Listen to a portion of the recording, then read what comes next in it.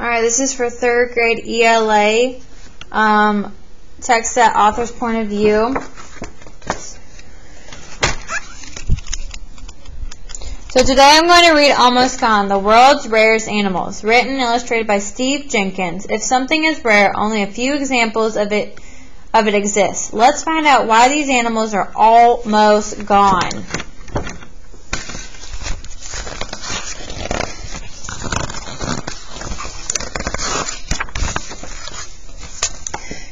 Crested sheilduck, China, fewer than 100 left. The crested sheilduck was once found throughout most of East Asia.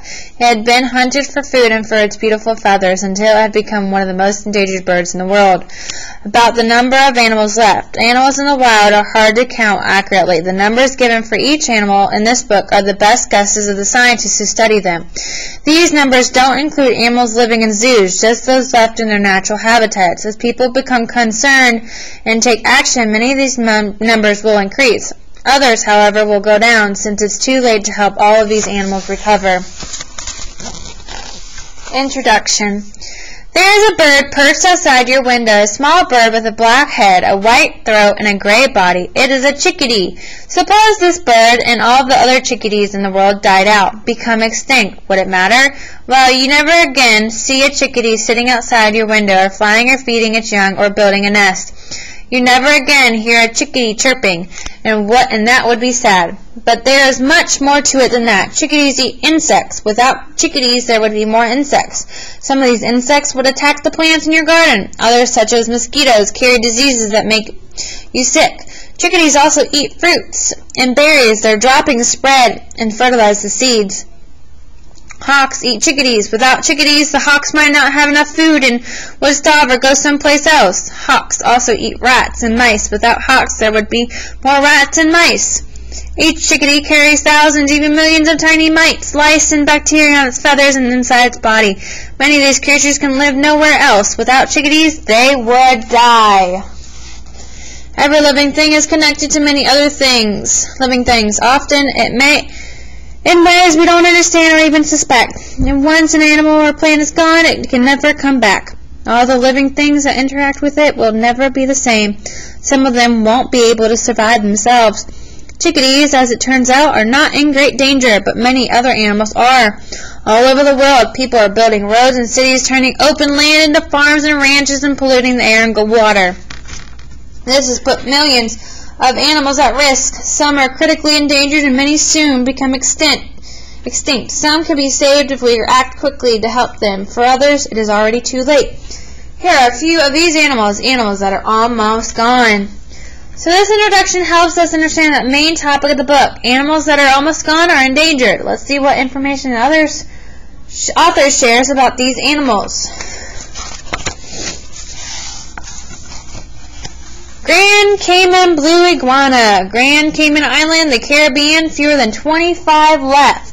The iguana is found on just one island on the Caribbean. The blue iguana is 3 to 4 feet in length, weighs 15 to 20 pounds, and can live to be 50 years old. Its body turns bright turquoise during mating season. Blue iguanas eat fruit, flowers, and leaves. They have been hunted by people for food, run over by cars, and had their nests destroyed by wild dogs. Northern hairy-nosed wombat. Australia, fewer than 60 left. The northern hairy-nosed wombat got its name from the short, bristly hairs that grow on its face. It is a stocky, powerful animal about 3 feet long. It uses its strong front claws for digging burrows and finding the roots it eats.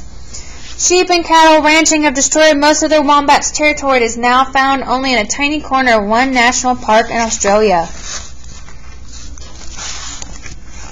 California condor, southwestern United States, fewer than 200 left. These enormous birds, with a wingspan of more than 9 feet, can soar for hours without flapping their wings.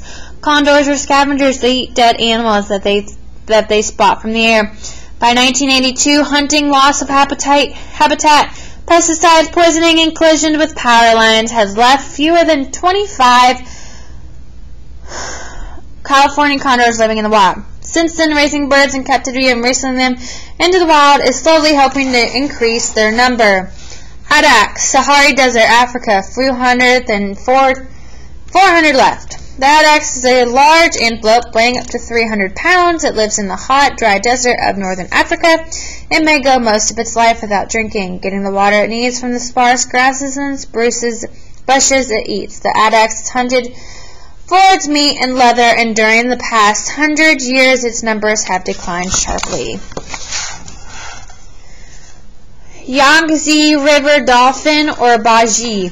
China, fewer than 20 left. These freshwater dolphins live in small groups along the length of the Yangtze River. They may grow to be 8 feet long and weigh up to 500 pounds. The baji appear in many Chinese myth and folk tales.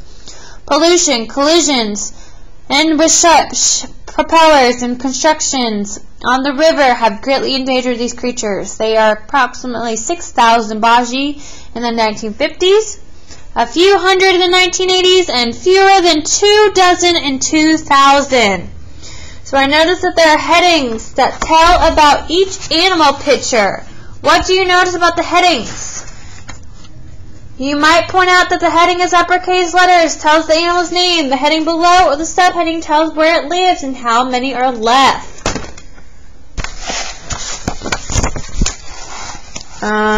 Skipping over these. Oh, we'll do the rhino. Yavin rhinoceros, Vietnam and Indonesia.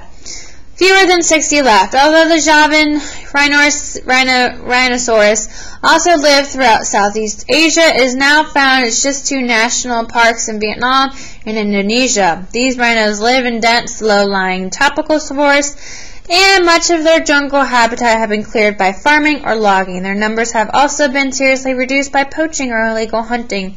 The hunters are after the rhino's horn, which is in great demand in traditional Asian medicine. Unlike many critically endangered animals, there are no Javan rhinoceroses in captivity. Okay, I'm going to skip a few. We'll talk about the dwarf water buffalo.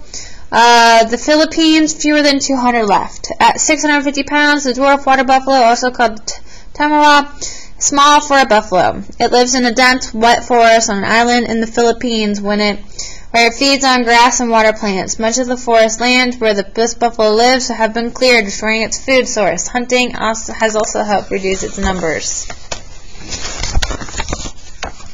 Alright, I'm going to read this one. Kolilichith, Indian Ocean, unknown number left. Sometimes called living fossils, these ancient fish were thought to have disappeared 80 million years ago. In fact, fossilized colatheans 360 million years old have been found. In 1938, a fisherman in the Indian Ocean caught a colathean in the net. Since then, a few more colatheans have been caught. The largest was nearly 6 feet long and weighed 200 pounds. Scientists think that these fish live near caves on the ocean floor. So what are some things you are learning about animals in the book that remind you of the living things we read about in Meadowlands? Okay, I'm going to skip.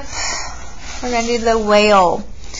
Northern right whale, Atlantic Ocean, fewer than 350 left. Before they were hunted nearly to extinction in the 1800s, there were as many as 50,000 of these huge mammals living in the North Atlantic. This whale was given its name by whalers who, finding it easy to capture and full of valuable oil and blubber, called it a right whale to catch. The northern right whale has been protected from whalers since 1935, but its habitat of floating on the surface of the ocean makes it the frequent victim of ships' propellers. Okay.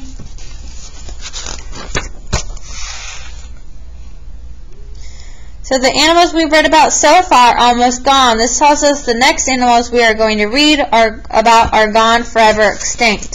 So we're reading gone forever. These animals are extinct. There is little or no chance that they will be seen again. Because the web of connection among living things is so complex, we don't understand all the consequences of species becoming extinct. We do know that something unique has been lost and can never be replaced. We're going to learn Steelers sea cow. The Bering Strait between Alaska and Russia, extinct in 1768. The sea cow was huge, 25 feet long and 8,000 pounds. It swam in the ocean cold waters of the northern Pacific. Trappers collecting seal furs hunted the Steelers sea cow for food. The last of the Steelers sea cow died just 27 years after being described by the naturalist George Steller. Okay, coming back. Not all endangered animals necessarily become extinct. Some animals that were almost gone have been able to recover, or at least begin increasing in number. People have acted to protect their habitat, to reduce the threat of hunting or collecting and breed animals in captivity to be released back in the wild. It's hard work, but for these animals and all living things on Earth, it has paid off.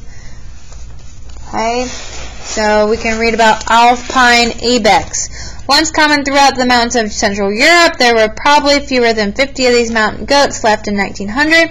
Alpine ibex was killed for their horns or in the belief that these parts of their body could cure certain diseases.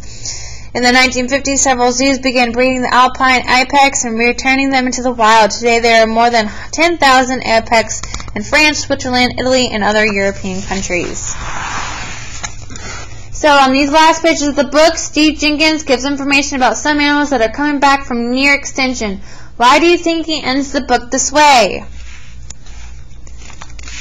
Okay, and this is also a map of all the animals that are almost gone and where they will go when they live, where they're gone forever, and animals that are coming back.